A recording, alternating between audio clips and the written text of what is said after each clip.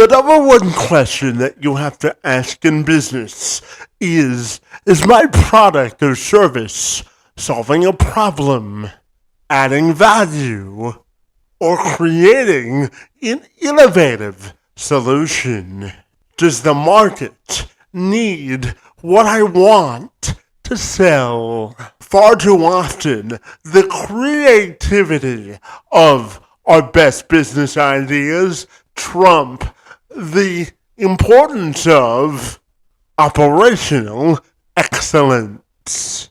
According to statistics from the Harvard School of Business, if you want to start a startup business, the odds are against you. The school reports that 2/3 of startup businesses do not show positive returns because they don't show positive returns for their investors, which begs the question, why do so many startup businesses and their owners end up disappointing their consumers and investors? The answer oftentimes lies in their ability to execute, aligning their creative purpose with their operational acumen.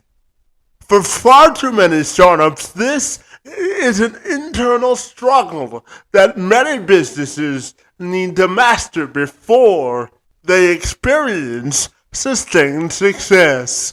Well, lucky for all of us, today I got the opportunity to engage in conversation with my friends Todd and Kim Saxton. They've got more than 3 decades of experience in entrepreneurship, business, and leadership as award-winning professors at the University of Indiana's Kelley School of Business. They're also co-authors of the book, The Titanic Effect.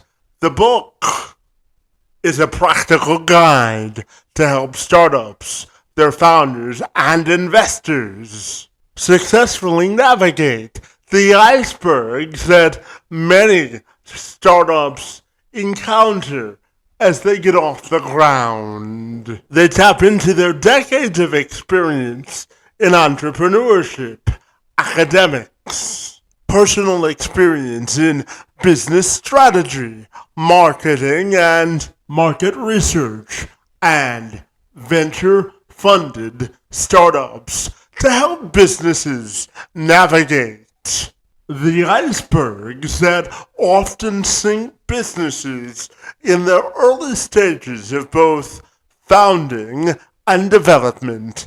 And that dynamic duo joined me this week to tell me more. I'm Kevin McShann. Let's have this conversation.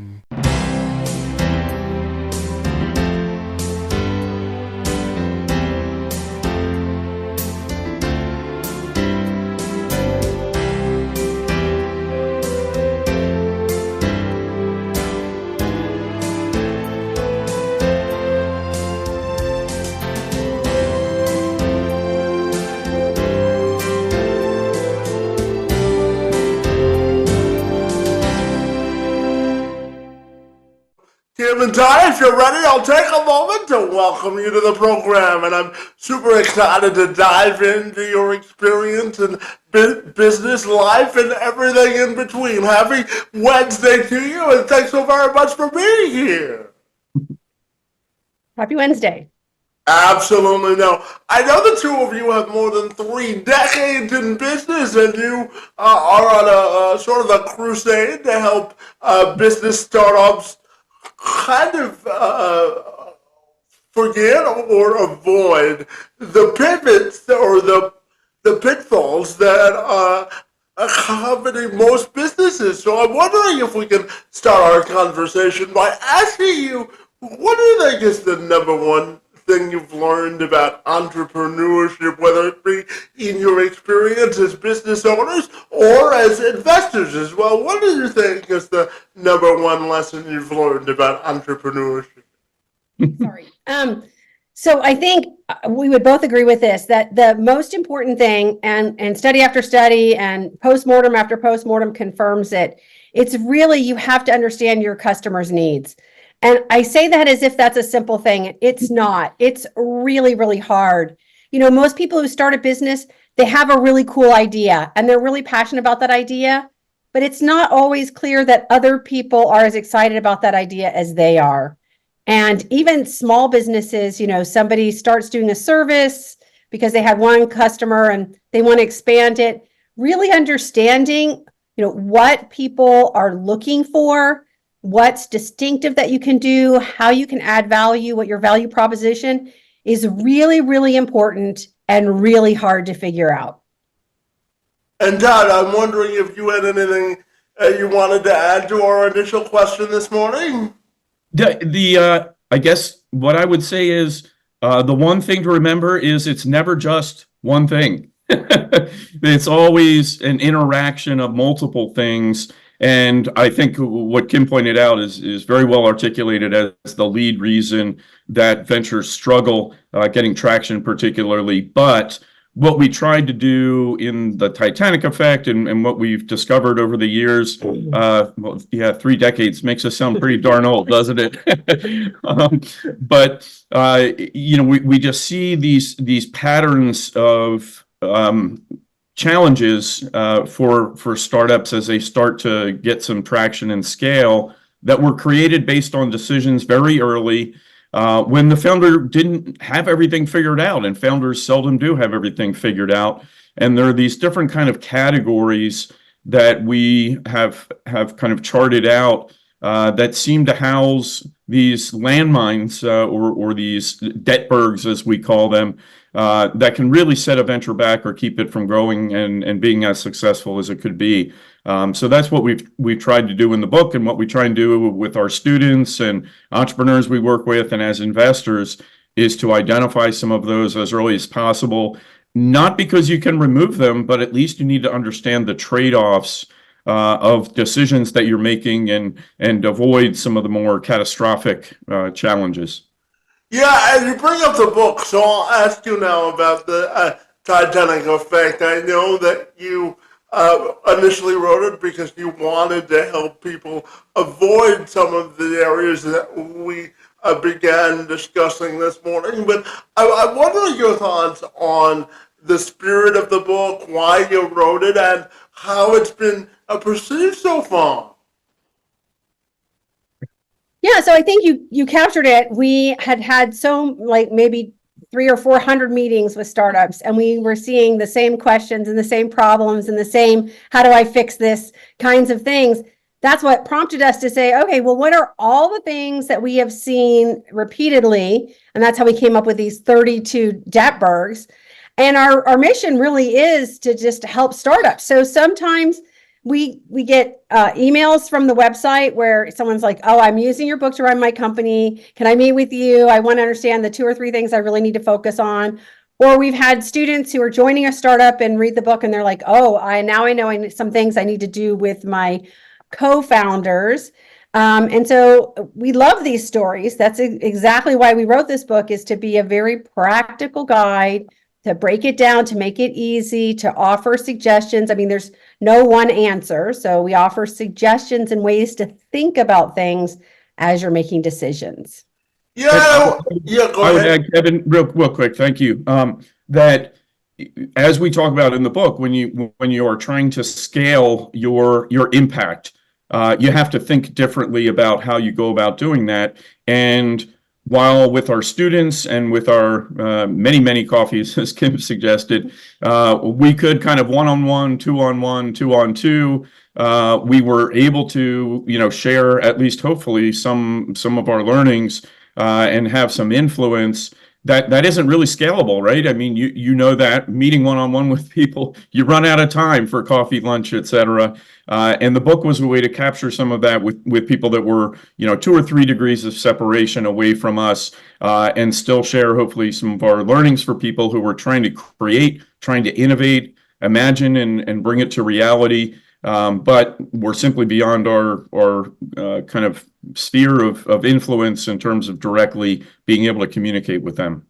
Yeah, absolutely. And you and I both know that sometimes when you start a business, your creative energy doesn't always match your operational sort of excellence or execution. So tell me, how important do you think it is for people to really understand the operational side of a business so that the creative side can be the start of a business? What are your thoughts there?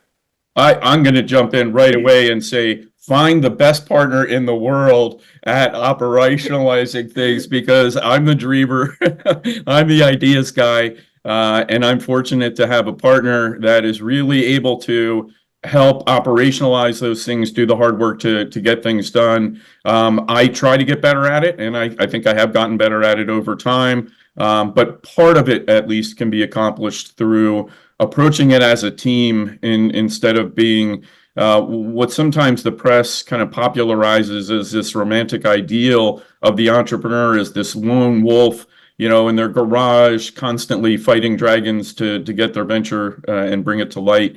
And the reality is it should be a team effort. Yeah, that's what I was going to say is the issue is that no one person can do it all. It's really critical to think about who's on the team. And you need some diversity, not just of skills, but of experience. I recently saw an investor who said something like, if you're a healthcare startup, don't come to me without a woman on your team, because women are making all the healthcare decisions. I thought, well, that's really appropriate. So you need, diversity of perspectives, you need diversity of skills, and recognizing that the team is going to be stronger than any of the individuals. Yeah, absolutely. And as you both know, May is Mental Health Awareness Month. So I'm curious to ask you about how important do you think it is for entrepreneurs and startup owners to manage their mental health as well? How important do you think that is to put that in the forefront as well? So it's incredibly important. So I was on the board of the Startup Ladies here in Indianapolis, and I can tell you that the number one challenge that the director had of that organization is that after every meeting, people would stand in the parking lot and talk to her for up to 2 hours, and they were pretty much all mental health related issues. And so she started adding some mental health programming just to help people reconcile what they're doing. Likewise, I had a women's program, and we had some small cohorts for mentoring. And honestly, they were really more mental health of people not really sure what's going on, running to run things past each other. And more recently, we've been talking with some entrepreneurs who have sold their businesses. And again, they're now struggling with a different mental health challenge, which is they were hustle, hustle, hustle, and now that's all gone. And we've been hooking them up with others so that, the combined advice and experience, the sharing of it is actually really a positive for all of these individuals. So we really encourage entrepreneurs to find their local venture ecosystem and participate in these meetings and get to know others and shared experiences and knowledge that can be so, so helpful. And Todd, did you have anything you wanted to add, buddy? Just to build on what Kim was saying, that the entrepreneurial journey is such a roller coaster. And yes, you have your highs when you raise money, land a new customer, have a technology breakthrough, but there are also a lot of lows. The first time you're running out of cash and you have to let some people go or can't make payroll, when an investor or a big customer says no, and all of those roller coaster cycles can really exacerbate underlying behavioral health issues, and being aware of that, talking with people about that, sharing, and particularly important, which I'm not sure Kim did mention, with your partner, your spouse, your friends and family. They are a part of the journey, whether you've put them on your board or put them on their founding team or not. Trying to separate your personal life is important, but being able to share those highs and lows and communicate that to the people around you so that they can understand. Maybe they can't help you raise money, but if they understand the journey that you're going through, the relationship, I think, can be healthier. Yeah, absolutely. And I'm sure the two of you would agree that before you start any business or any startup, it's important to really know the market demand for the product or service before you launch a business, isn't it? Oh, for sure. And the problem is that like that kind of data is not just sitting around that you can like work with the college students and scrape it off of some journal. I mean, you really have to dig in deep and you have to talk to your potential customers and you have to understand what do they really want. I mean, this past year we did a customer discovery project. We again discovered again how difficult it is. But what we found out was that not that this startup didn't have an interesting idea, it's just that it was the like eighth most important pain point. That means that there were seven pain points that were more important and that they were going to spend money on instead of this thing. That's important to know. Yeah, absolutely. And the two of you, I want to share something about myself for just a moment. So I was born with cerebral palsy, and the sort of rallying cry for my entire life is working with businesses to emphasize the hiring of folks with disabilities. And here, so I live in Canada, and this week we're celebrating National Accessibility Week, which is intended to celebrate the contributions of folks with disabilities in entrepreneurship and in life. So tell me, what sort of a competitive advantage do you think that folks with disabilities can add to entrepreneurship and to the workplace overall? What are your thoughts there? I think there are multiple areas, but the single one that I would point to is perspective. And I don't mean the perspective of other people with disabilities, as if the lane lines are kind of established that if you're a person with disabilities, you can identify unique market opportunities in that particular space. In my experience, and the people with disabilities just simply bring a different perspective on generally the user experience. Kim was talking about how important that is to understand the journey of your customer and how they perceive things. And I believe people with disabilities learn to not take anything for granted and to just recognize they're going to have to navigate a lot of uncertainty, whether there's an access ramp or countless other just physical structures, but also being able to empathize, put yourselves in the shoes of somebody else and recognize how important it is for other people to be able to do that, I think puts you at a different point in understanding more deeply the experience that your customer might be going through, regardless of their capabilities, and bring that into the creation of your venture. So that would be my thought. And Yeah, yeah. I think in our educational capacity, quite frankly, we do not have that many students with disabilities. I mean, occasionally we do. And, there's some accommodations that we all make, but it's a pretty small percent of the students. Where we see more is in neurodivergence. So, and this has been something we've been really paying attention to. And I try to create an open spirit in my classroom because I want everyone to bring their authentic self and to be comfortable with who their authentic self is. And what I particularly like about the neurodivergent thinkers, and I think, Todd sort of raised this, is there's an incredible self-awareness of what they're good at and what they struggle with. And I mean, as a coach, as a teacher, it's so much easier for me to help somebody when they have that self-awareness. And there's pockets of things that they are just brilliantly gifted at that maybe other people just don't see at all. And so I really appreciate hearing that perspective and seeing the things that they accomplish. And even just like, like they'll say something, I'll be like, well, how did you get that? And then they explain, I'm like, wow, that's really brilliant thinking. So I think it's really important to make space in the world for all people to accomplish their best and to have their biggest impact, irrespective of where they come from or who they are. And that's certainly something that we try to do. Yeah, absolutely. And as award-winning professors, I'm curious, what gives you the most satisfaction or joy when you have the opportunity to impact the minds of our future business leaders. So why do you love what you do every day?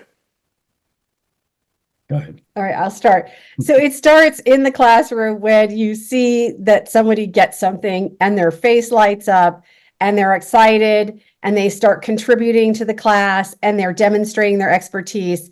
There is no better feeling than watching somebody master something. But it goes further because we have relationships with our students for years and years and years. And just like Sundays ago, we had a student who was maybe almost 10 years ago, who sold their business and came back to talk about what they had learned from us. And actually it was Todd's student and I was just on the sidelines, cheering. And so, when you see the impact and you see what students do, and then they come back and share it with you, it was great when their eyes lit up. It was even better when they look back and think about the impact. And Todd? Yeah, I think we both share a passion for helping innovators try and move their ideas forward. And as for all the reasons we've talked about already, innovators sometimes struggle with that. But some of that journey occurs within the classroom or within a semester or a program. But a lot of that happens, a lot of the things that we teach come to reality over months and years. And those who are kind enough to reach back out to us and talk about the impact we've had, or we can see indirectly how successful they are. We do appreciate that maybe we've had a small role in what they've been able to accomplish, and that's very meaningful. Yeah, absolutely. And I wanted to also get your perspective on product development and really limiting sort of the technical snafus or snags that are accompanied with that. So tell me, what do you think is the best approach when developing products to eliminate or to limit the amount of sort of icebergs, as you call them, that startups or business innovators face? What are your thoughts there? Yeah, and Kevin, this all started, and your audience may be familiar with the term technical debt, that over the past couple of decades, there's been a lot more awareness of the early decisions and investments startups or even larger companies make in technology before really understanding the market needs, the solution that they're actually able to solve or put a dent in. So the idea of technical debt is to manage your investment in that technology along the way so that you limit having to make big investments and big changes down the road because you've acquired all of this technical debt. And it was during a presentation on technical debt with our co-founder, Michael Cloran, who's a serial tech entrepreneur. He's a co-author of the book, The Titanic Effect. And he was presenting about technical debt. And Kim and I were reflecting afterwards saying, it's not just the technical piece, it's the human piece, the people that you choose as co-founders, your first investors, your first employees. It's the marketing piece. What kind of brand? It's amazing to me looking at how some startups evolve. They fall in love with the pivot, right? The idea of, oh, we met an obstacle, so we moved in a new direction, not realizing that every time you pivot, you've invested in a brand. You've invested you've invested in something that has an identity, not just with your customers, but with other stakeholders like investors. And every time you change direction, you have this hidden debt of actually changing what your brand means to those people, as opposed to starting with kind of a fresh slate or a clean slate, if you will.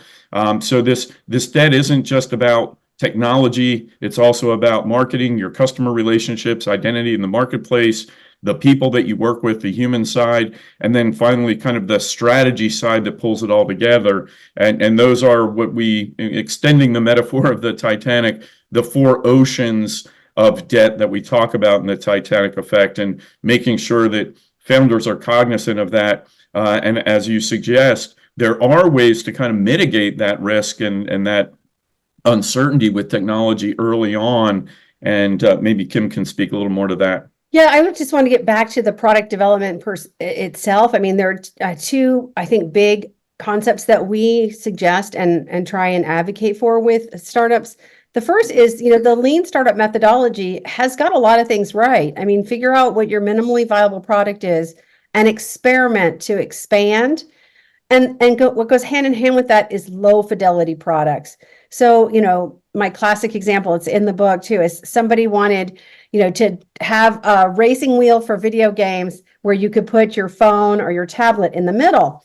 And so they spent a lot of money to create this prototype, and they got money to do it, right? So they went to accelerators, they got this money, and they created this prototype. And after they had, spent $50,000 or $100,000 on this prototype, they discovered that most people did not want that at all. Well, they could have mocked up, a thing out of cardboard for, for free. I got a lot of cardboard in my garage, and just given it to a bunch of people and have them try it, before spending 50 or 100,000. And so, if people want to create software, we say, start a spreadsheet, do it manually, Google Docs, whatever, job forms, figure out what people are really wanting to do. And you would be surprised that 80% of the time that product never gets developed, because after you do it manually, you discover, oh, nobody really wants this.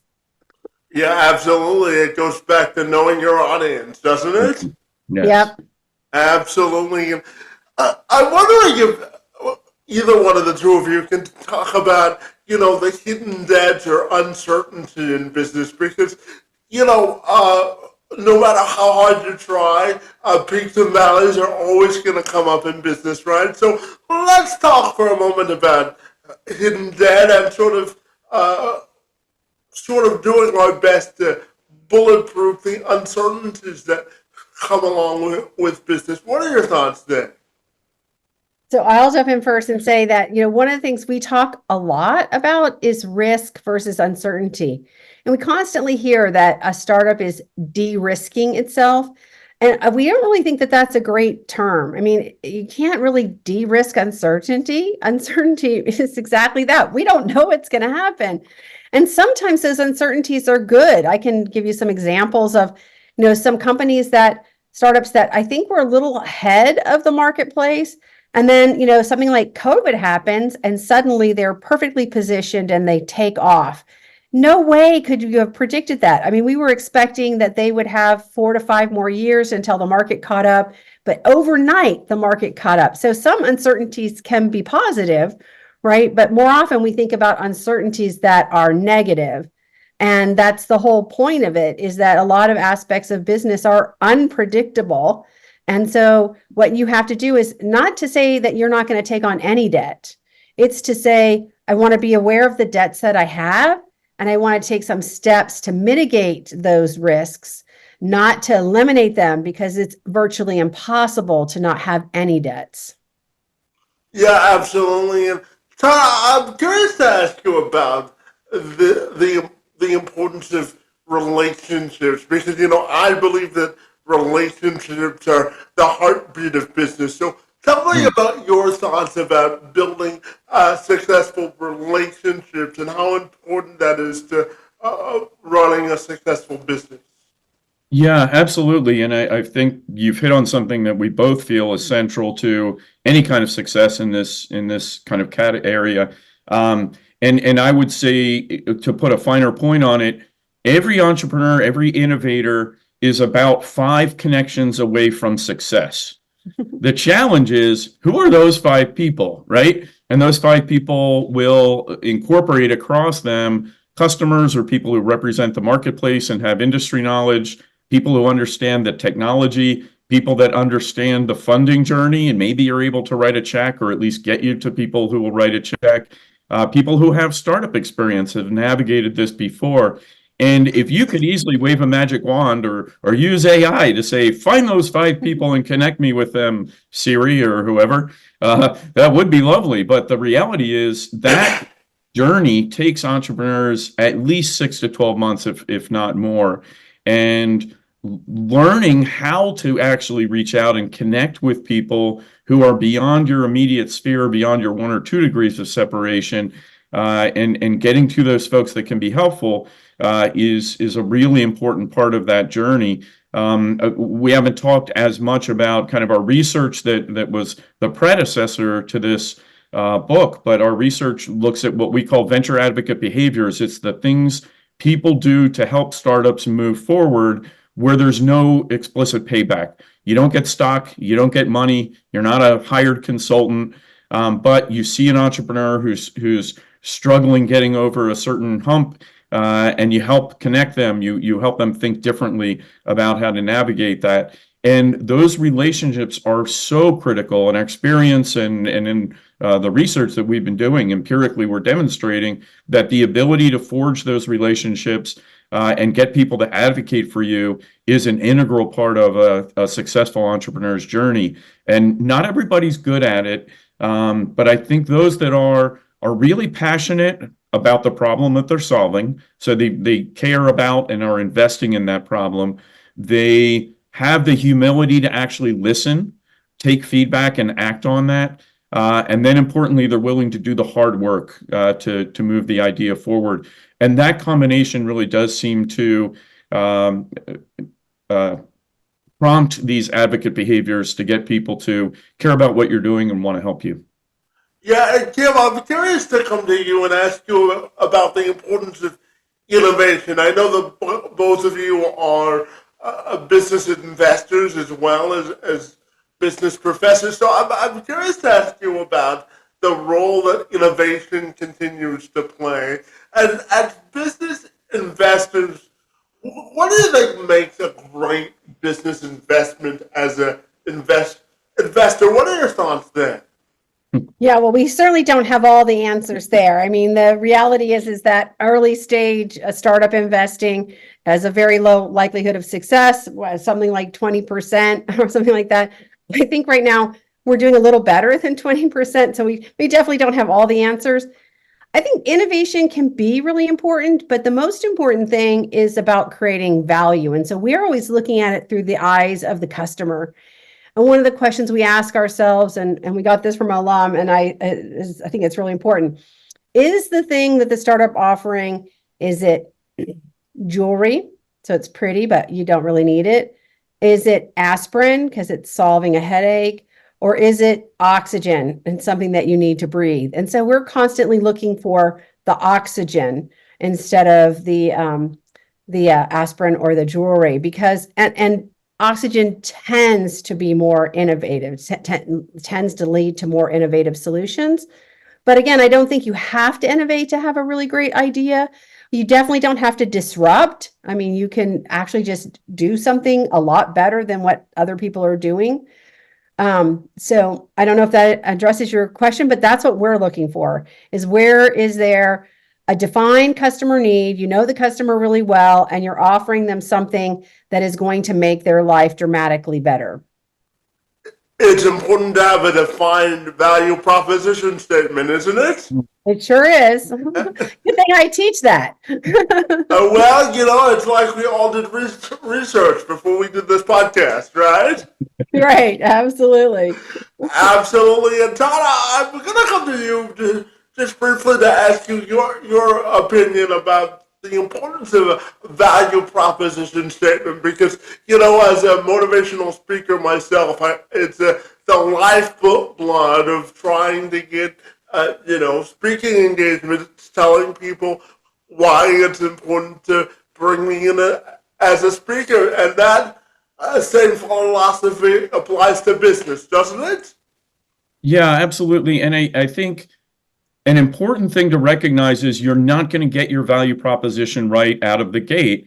It is a journey, but that value proposition needs to get more specific on multiple dimensions over time. And ideally, as you do experiments, as you learn from your customers and the market, you're actually able to quantify the positive impact that your value proposition is going to have for your customer, and be very specific about what they're going to see as an outcome that they value. And that only comes through, again, experimentation, trial and error, not just in communication, but in experience with your customers. So building in that mindset from the beginning of measuring those outcomes, understanding them, and being able to, with increasing confidence, say, you're going to experience double your throughput by using our technology. Your costs are going to drop by 30%. Your patients are going to, another 25% of your patients are going to actually fill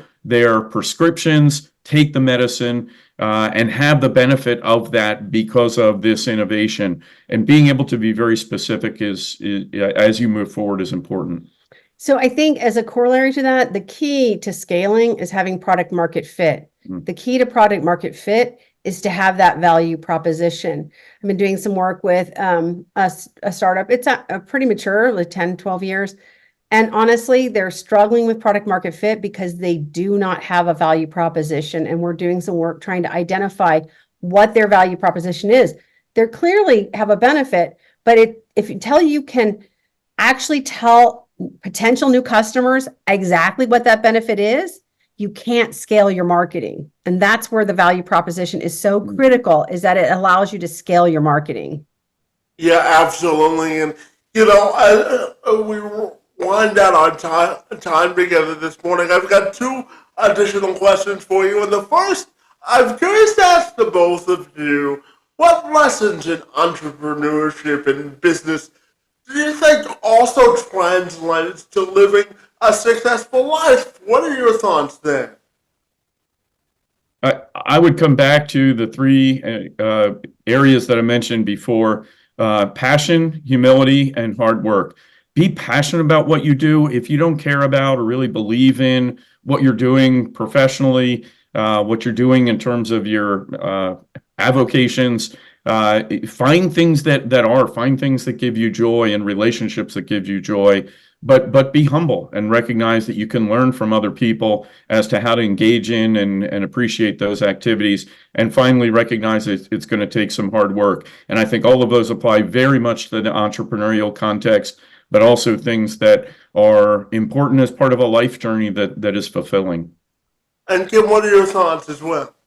So I had a really interesting breakfast last week with someone who had a new passion project. And what they wanted to do is try to understand how people identified their purpose in life. And so it caused me to think about, does everybody know their purpose in life? It's pretty clear that a startup needs to know what its purpose is and what impact and solution and benefits it's going to create in the marketplace. But I do actually think that people themselves need that. And I think there might be a lot more people that don't have a purpose in mind of what they're doing, and maybe that causes them struggles. Maybe they're blissfully unaware. I think we know pretty strongly what our purpose is, and so that's our North Star. That makes it easy for us to make choices because we ask ourselves, is this in line with our purpose? So I would say that is a really important thing for individuals to figure out, not just companies. Yeah, absolutely. And my final question, Kim, has something to do with purpose and alignment. And I end all my podcasts by asking my guests about legacy and how they want their personal and professional legacy to be defined. So when you look at your life from a 360-degree view, how do you think you would answer that question? So I hope, and I work hard at this, and I think, my colleagues and my bosses would say that this is very true. It's really important to me that people are able to be their best selves. And part of that is by having access to resources and opportunities. And so I really have, for the last 10 years, been fighting inequalities. And there's nothing that makes me more angry than when I see an inequitable situation and I feel compelled, even though it doesn't impact me at all, to stand up and fight for the rights of others who are being left out. And so it's just one of those things where one day I was like, you know what? It's all this inequity that's making me crazy, and I can't take it anymore. I'm going to do something about it. And Todd, what about you, buddy? I'm going to borrow from the Hippocratic Oath first, and that would be first, do no harm.